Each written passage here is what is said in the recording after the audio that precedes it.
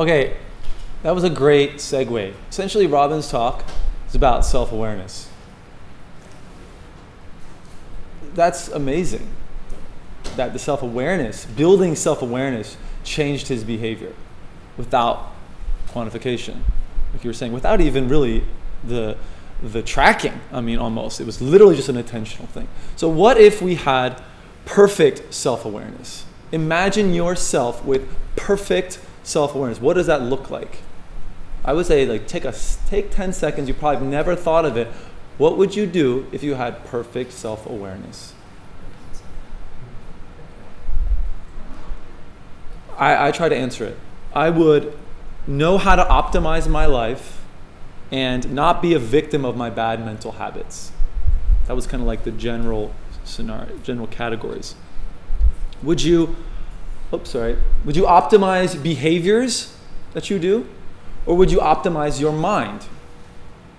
Would you optimize doing things or how your mind works? And what does the optimized mind look like? It's calm, it's focused, it's ready to perform.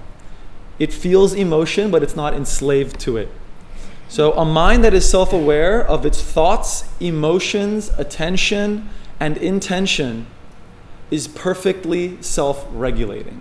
It's in homeostasis. It's the natural state of the mind.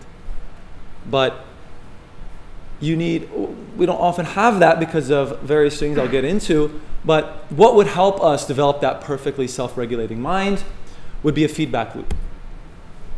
So it turns out that the state of the mind is reflected in the state of the breath. It's a real-time bidirectional feedback loop that has been known for thousands of years, but it's also very much studied in the most cutting-edge psychophysiology and medicine. But it makes for an ideal feedback loop, an ideal stimulus for a feedback loop. So when we change our breath, the state of the mind changes. When the state of the mind changes, the state of the breath changes. And that's what I'm interested in self-tracking. And that's what some of the work that we're doing is. Normally we think of the breath as this, but really the breath is like this. It's like connected to the entire parasympathetic and sympathetic nervous systems. Every time you inhale, your sympathetic nervous system gets triggered. Your body's ready to perform. Every time you exhale, it relaxes. I mean, that's how much these things are kind of shifting and changing. Okay, so what could you do with the breath? You could track it, you could regulate it, or you could do what Robin did, which was simply increase awareness of it. So if you're increasing awareness of the breath, you're increasing awareness of your mind, which is kind of what you were doing in a way. So in our lab, we're working on all three of these things. I'm going to show you what we did for the second one. So we developed this technique called peripheral paced respiration to try and help augment the way people self-regulate their respiration. So we did this first study. We built this sensor using an Arduino. The way this works is you wear this belt around your abdomen, and it has a stretch sensor right here. It's really crude. Some wires sticking out of it. You're like kind of like Frankenstein. And as you breathe, this very delicate sensor is stretching very slightly.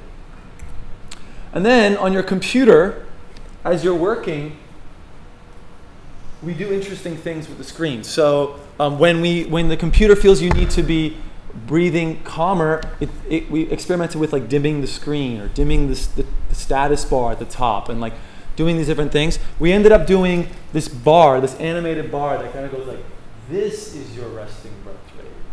Just to remind you, just to bring you back. So it's an increasing your awareness kind of thing as well.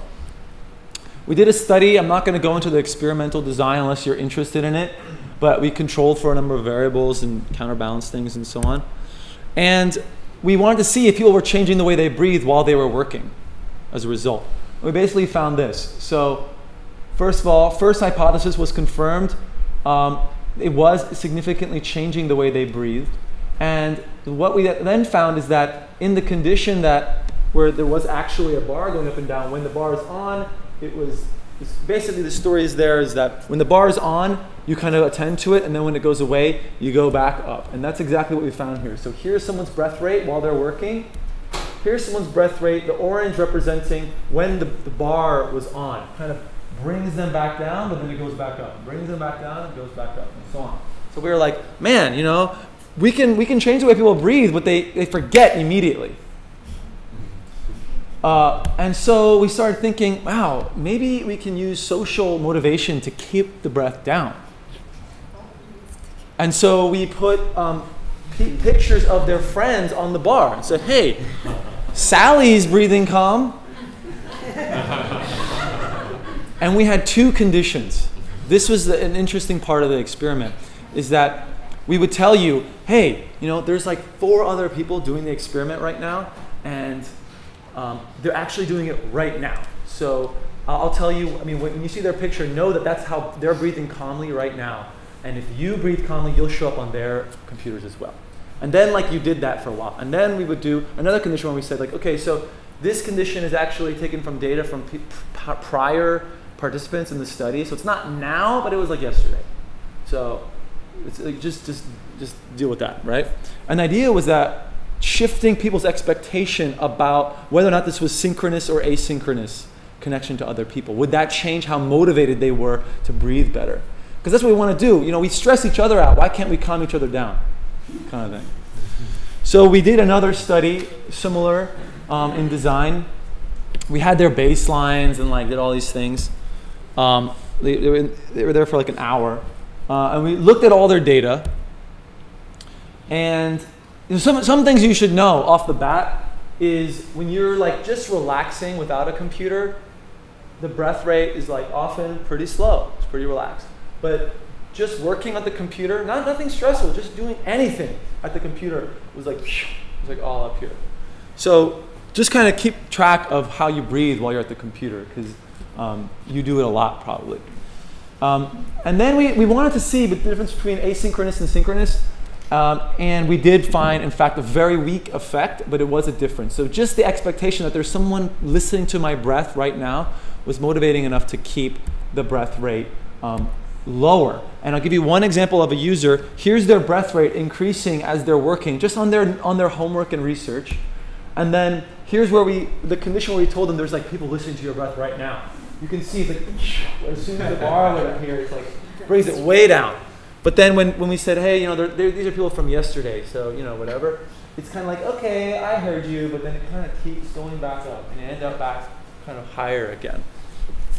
So we saw this kind of magnified event, not a persist effect. So that was the effect that we saw, and we're doing a lot more work in this area, and we'd love to get feedback and any questions. Thank you. Okay. Walk this way.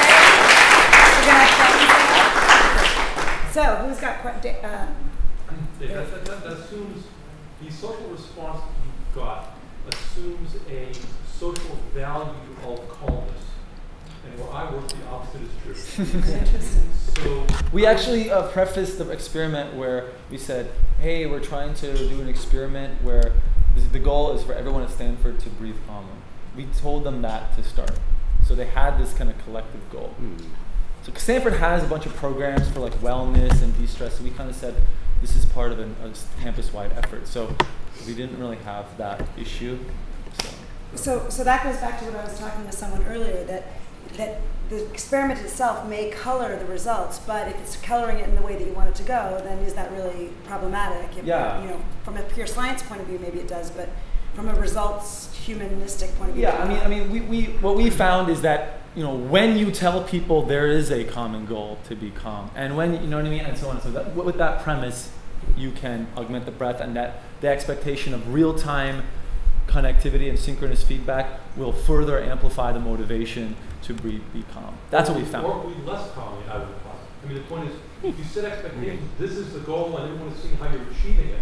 Regardless of what the goal is, right, that goal may be achieved. I didn't call that. To be clauses. Okay.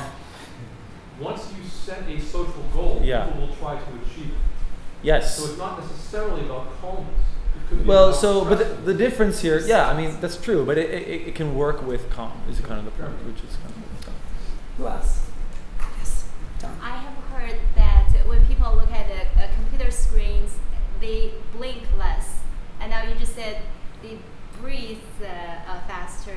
Do we know the Yeah, the reason is the sympathetic nervous response dilates the pupils and it causes you to blink less. So it's kind of like when you're in the jungle and there's a tiger hunting you, you want to blink less and you want to be able to see more. And so when we're in front of our computers, the body is treating itself as if it's under some form of mild attack. Right? That's kind of what's happening, which is like the argument that's been like for years about why stress is bad for you. And Sapolsky here at Stanford does all that work. So basically, it's like this kind of chronic, mild, continuous stress that causes you, watch people when they're at the computer, they not just blink less, they open their eyes more and their pupils are dilated, and that's why they breathe more shallow and the blood flow changes. Fascinating finding. You mentioned on style the reference, what I can see in detail. Yeah, I do. We published a paper about this, and if you just tweet me, I'll send it to you for sure. Yeah. Over here? So I saw BPM, I was assuming that the breath's commitment. Yeah. Did you look at the depth of the breath? No, we don't look at any characteristics of the breath at this point. It's just rate right now, which is just kind of like the entryway to a whole slew of characteristics of the breath that you could analyze, but we just focused on a very simple one, which is rate. Over here? Can I use this? Yeah, I mean, not yet. Well, partially because we're working on new sensors that are more wearable and easier to kind of wear for long term, and the prototype's not quite ready yet. We're doing some more experiments, and but we'll try and have something ready. You know, if not, at least we invite people in to demo and try it, and you can be part of one of our trials that we're going to do, like multi-day trials where we're going to try and change the way people breathe all day long for multiple days in a row, and we think we can do it. And so we want to, if you're interested, just come up to me. So if people want to get in touch with you, they can. And if Yeah. you get more information on that, can you put it on the blog part of the meetup? If Definitely. You can. If there's developments, that'd be awesome. Okay, for sure. Okay, great. Thanks, Neema. Thank you.